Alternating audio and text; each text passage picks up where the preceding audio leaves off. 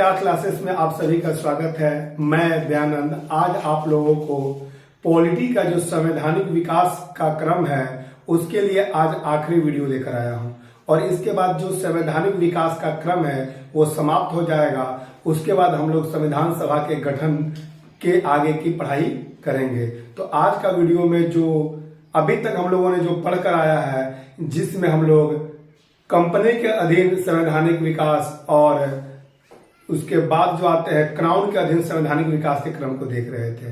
ये जो 1935 तक का हम लोगों ने देखा था, भारत शासन अधिनियम 1935, अभी भारत सरकार अधिनियम जो है 1947 जो स्वतंत्रता प्राप्ति के बाद की उस समय के संदर्भ को दर्शाता है, उसे देखते हैं और कुछ महत्वपूर्ण पॉइंट को भी हम लोग देखेंगे। तो चलिए शुरुआत करते हैं और देखते हैं फर्स्ट क्या है इसमें।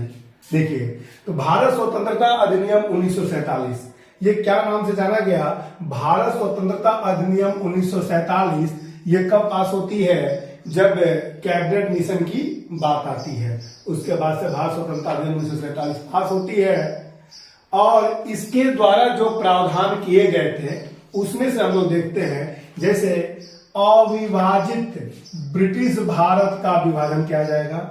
मतलब उस समय जो पाकिस्तान और भारत का विभाजन नहीं हुआ था, उस समय अविभाजित ब्रिटिश भारत कहलाता था। अब उसमें से आपका भारत और पाकिस्तान दो स्वतंत्र अधिराज्यों की स्थापना हुई। क्या हुई? डोमिनियन स्टेट की। दो स्वतंत्र अधिराज्यों मतलब डोमिनियन स्टेट की स्थापना होती है आपका भारत और पाकिस्तान, दो स्वतंत्र अधिराज्यों की।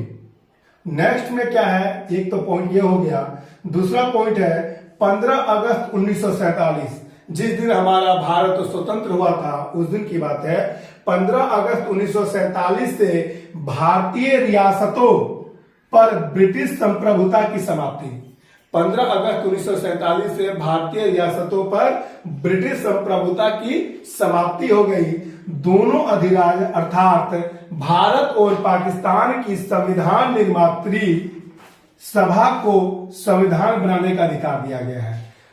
दोनों अधिराज्य दैट मीन्स भारत और पाकिस्तान, इन दोनों को संविधान बनाने के लिए संविधान निर्मात्री को यह अधिकार दिया गया। दोनों अधिराज्य जैसे भारत और पाकिस्तान दैट मीन्स को ब्रिटिश राष्ट्रमंडल इंग्लिश में इसको कॉमनवेल्थ कहते हैं, राष्ट्रमंडल से अलग होने की स्वतंत्रता प्राप्त हो गई। इन दोनों को राष्ट्रमंडल से अलग होने की स्वतंत्रता प्राप्त हो गई और भारत का जो राज्य सचिव पद था वो समाप्त हो गया।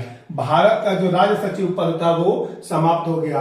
ये भारत स्वतंत्रता अधिनियम 1947 के तहत प्रावधान किया गया है। दो अधिराज्यों की स्थापना की गई है। दो अधिराज्य कौन कौन से हैं? भारत और पाकिस्तान। इन दोनों अधिराज्यों को अपने देश के लिए, अपने अधिराज्य के लिए संविधान बनाने के लिए संविधान निर्मात्री सभा को अधिकार दिया गया और 15 अगस्त 1947 से जो भारतीय क्षेत्र में रियासतें पड़ती थी वो अब ब्रिटिश जो संप्रभुता था उससे स्वतंत्र हो गई और साथ ही साथ भारत का जो राज्य सचिव पद था वो भी समाप्त हो गया। अब देखते हैं महत्वपूर्ण तथ्य, जिसमें देखिए जैसे कि मैं बोलता था इससे पहले भी, जब भी हम लोगों ने संवैधानिक विकास के क्रम को देखा है, उस क्रम में हमने देखा क्या कि कुछ जो क्वेश्चंस है वो आपके स्टेट वे में पूछे जाते हैं, वन लाइनर वे में पूछे जाते हैं। जैसे बंगाल का प्रथम गवर्नर जनरल था, तो बंगाल का प्रथम गवर्नर जनरल कौन थे? वारेन हेस्टिंग्स थे। प्रधान सेनापति की शक्तियां सर्वप्रथम प्राप्त किया था किसने? लॉर्ड कॉर्नवालिस ने। सर्वप्रथम किसने प्राप्त किया था? लॉर्ड कॉर्नवालिस ने। और भारत के प्रथम गवर्नर जनरल थे तो लॉर्ड विलियम बेटिंग 1833 में। ये कब हुए थे? बंगाल का प्रथम गवर्नर जनरल 1773 में, बंगाल का भारत का प्रथम गवर्नर जनरल 1833 ईस्वी में। और ये कब हुए थे? 1773 ईस्वी में। ठीक है। कानून निर्माण में भारतीय प्रतिनिधियों को शामिल करने की शुरुआत कब की गई? कानून निर्माण में जो है भारतीय प्रतिनिधियों को शामिल करने की शुरुआत भारतीय परिषद अधिनियम 1861 के द्वारा किया गया था। भारतीय परिषद अधिनियम 1861 के द्वारा कानून में निर्माण में भारतीय प्रतिनिधियों को भी शामिल करने की शुरुआत की गई थी। ये भी क्वेश्चन पूछा जाता है, कब की गई थी। बर्मा को भारत से अलग किया गया। बर्मा वर्तमान में जिसे हम लोग म्यांमार के नाम से जानते हैं, वह भारत शासन अधिनियम 1935 के प्रावधान के तहत 1937 में भारत से अलग कर दिया गया। 1937 में भारत से अलग कर दिया गया और सर्वप्रथम उत्तरदायी शासन शब्द का जो प्रयोग है, सर्वप्रथम उत्तरदायी शासन का जो शब्द का प्रयोग है वह आपका भारत सरकार अधिनियम 1919, भारत सरकार अधिनियम 1919 के माध्यम से किया गया। कुछ और टॉपिक्स हैं, दूसरे स्लाइड में हम लोग देख लेते हैं। कुछ अन्य महत्वपूर्ण पॉइंट को भी देखते हैं, जैसे कि आप देखिए इसमें क्या कहा गया। 1935 अधिनियम के तहत भारतीय रिजर्व बैंक की स्थापना किस अधिनियम के तहत की गई थी? तो भारत शासन अधिनियम 1935, भारत शासन अधिनियम 1935 के तहत भारतीय रिजर्व बैंक की स्थापना की गई थी। वैसे यंग हिल्टन कमीशन के सिफारिश पे की गई थी। बहुत सारी बातें हैं इसमें, वो भी देखेंगे। 1934 का अधिनियम था। संविधान सभा के सर्वप्रथम मांग की गई थी स्वराज पार्टी के द्वारा। किसके द्वारा? स्वराज पार्टी के द्वारा मई 1934 में संविधान सभा की जो सर्वप्रथम मांग की गई थी तो स्वराज पार्टी 1934 में की गई थी। और सर्वप्रथम भारत में संविधान सभा के गठन का विचार देने वाले व्यक्ति कौन थे?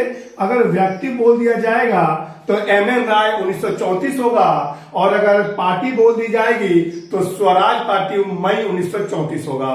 और अगर कांग्रेस यानी कि भारतीय राष्ट्रीय कांग्रेस के द्वारा यह डिमांड किया गया कब?